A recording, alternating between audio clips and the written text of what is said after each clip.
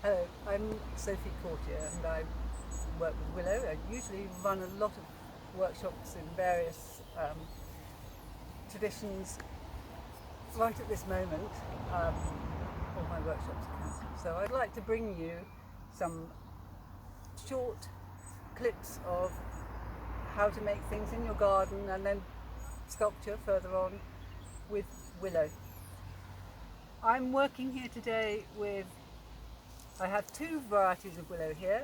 This one is called Dicky Meadows, and this darker browny one is called Flanders Red. And they're both 6-foot willow. If I was going to make something smaller, I would use perhaps 4-foot willow. This is all what's known as brown and has to be soaked before you can use it. And the general rule is a day of soaking per foot of growth. So 6 days in the tank for this willow. What I'm going to do today is show you the most basic little plant support that you can pop in anywhere in your flower border for plants that just might fall over. We're going to do a fairly lightweight one, and then I'll show you how you could adapt it for a plant that might be a little bit more weighty, more likely to get damaged. I have a beginner here who's going to come and work with me, and I hope I can show you how to do this. Hi Lucy. Hello. Right, you're going to take a piece of this willow, the Dicky Meadows, which is this grey-green one. Yep. And being very careful not to whip anybody. You're going to start with the butt end, the thick end of the willow, and gently bring that, and I use my tummy here, bring that round into a circle. Okay, the circle's sort of about that size. If your plant is going to be a lot bigger than this, or spreads a lot, you could make a series of these, a bit like the Olympic rings, and pop them in the garden like that. This is an optimum size for a 6-foot piece of willow. Right, so I brought it round, I'm holding the butt end here, and the tip just feeds in and out of the circle, like that, and then it will hold together. Doesn't matter if it's not a perfect circle. We're going to add another couple of pieces to make it a bit stronger. So, taking the next piece of willow, when you're ready, Lucy. Yeah. Ready? Yeah. Doesn't matter about the bits sticking out, we can tidy those up later. Either colour's fine. Either colour is fine. The Dicky Meadows is very fine. The Flanders Red is a little bit thicker, but stronger. So, starting the next piece, butt end again, through the circle, and you tuck it in a little bit further round from the first butt end, like that. Just tuck that in. Just gently tuck that in. And then again, the tip. Move your hands down to the tip. If you bring it in here, you're going to get kinks in the willow. So move your hand down to the tip and in and out of the circle. And it's a bit like giant sewing. In and out, keep going round till you've used up that piece of willow.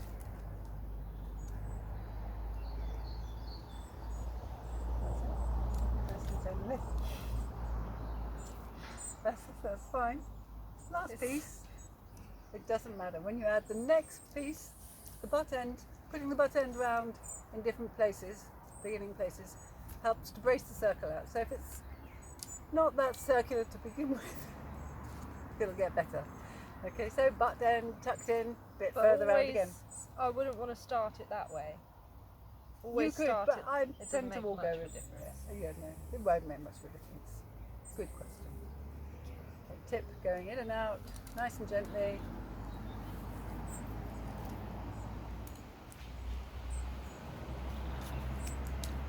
And there we are. And as I said, we can tidy up the bits at the very end. So I'm going to put that down on the floor. Yeah, as I said, the Flanders Red is a little bit stronger, a bit stouter, so a stronger willow to use. There are hundreds of different varieties of willow, and they all have different working properties. One of the most commonly grown varieties is black mall, But as I said, here we've got Dicky Meadows, Flanders Red, and this short variety, 4-foot variety, this will be Blackmore. And this would be Dark Dix. Is that okay? That's lovely. Right, Perfect. so we pop it, it doesn't need to be perfect. It's going to be hidden by the plants anyway. So now I'm going to take 3 pieces of willow, and I would use this one because it's easier to work with. It's thinner. We're making a delicate one. And I'm going to take my secateurs, pop a little bit of a point on the end. As I said, this is brown willow, so it's not going to grow in the garden. It's dried out, it's not living. I can show some living willow projects later on. Right, so roughly at the size of the circle, I'm just going to push that into the ground. Not going in between. No, just, the ground is quite hard in places here. You hold it low down so you don't get a bend. That's the best way. If it really gets stuck, we can always hammer a little hole with this mallet and screwdriver, handy screwdriver. Best to do it in place. Yes, that's right. If we're doing this here on the grass so that you can see the demonstration easily, but I really would recommend actually building it in situ around your plant.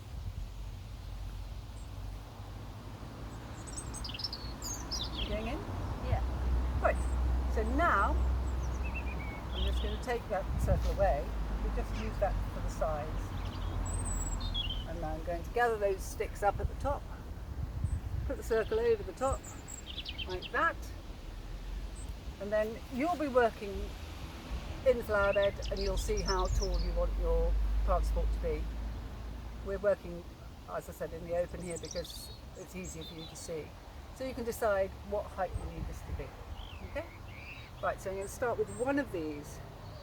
I'm going to very carefully bend that over there, and then again, rather like we did on the circle to begin with, it's just giant sewing really, going in and out around this circle. And I'm just going to trap that piece there.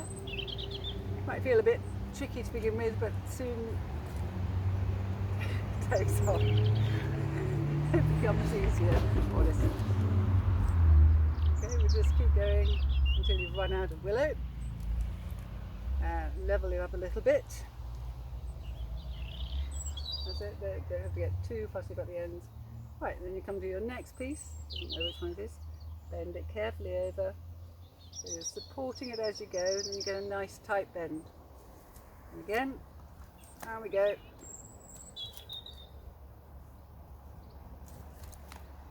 That's coming on the inside of that one. Down we go. Like that. And the last one.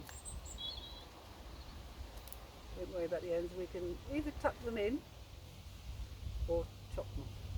That's it, so just feed them in like that and they'll stay there. We can chop it off at the end. Last one, down we go. Feeding that in and out.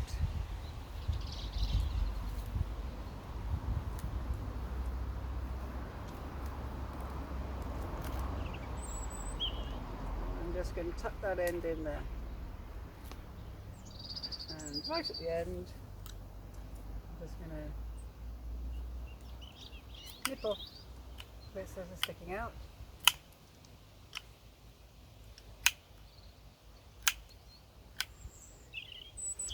And that will just support, that's a very gentle one, but that will support your plants from the wind without actually tying them so tightly that they snap off.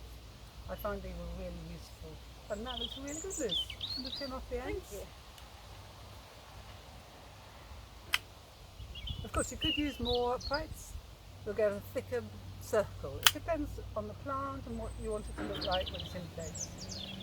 Good. You Voila! pleased? Yes. Lovely. Right, I'm going to stop there. And then we're going to go and look at So this is a plant support made in the same way as we've just shown you, but if you had something that might get a bit heavy, peonies for example, I can't think of another heavy plant, can you, Liz? Dahlias? Dahlias, yep, dahlias. You could use sticks. Now I've used some bits of hazel I quite like because it's a little bit bumpy and it's nice and rugged for the willow to hold on to. But you could use willow sticks, which are thick pieces of willow, or young ash growth, or bamboo even, if you don't mind bamboo in your garden. And this would be a little bit of a stouter plant support. Now we're just going to go and have a look at one in the garden that's doing a job for us. Yeah. Right, here's a phyllictrum, and this is a plant support that we did in a howling gale. We had some serious wind recently, and this was just an emergency to stop them blowing over. You can see the plant moves around, so it stays strong, but it's not going to get pushed right over by the wind. And now we've got some soft grass. I think Lucy can remember the name.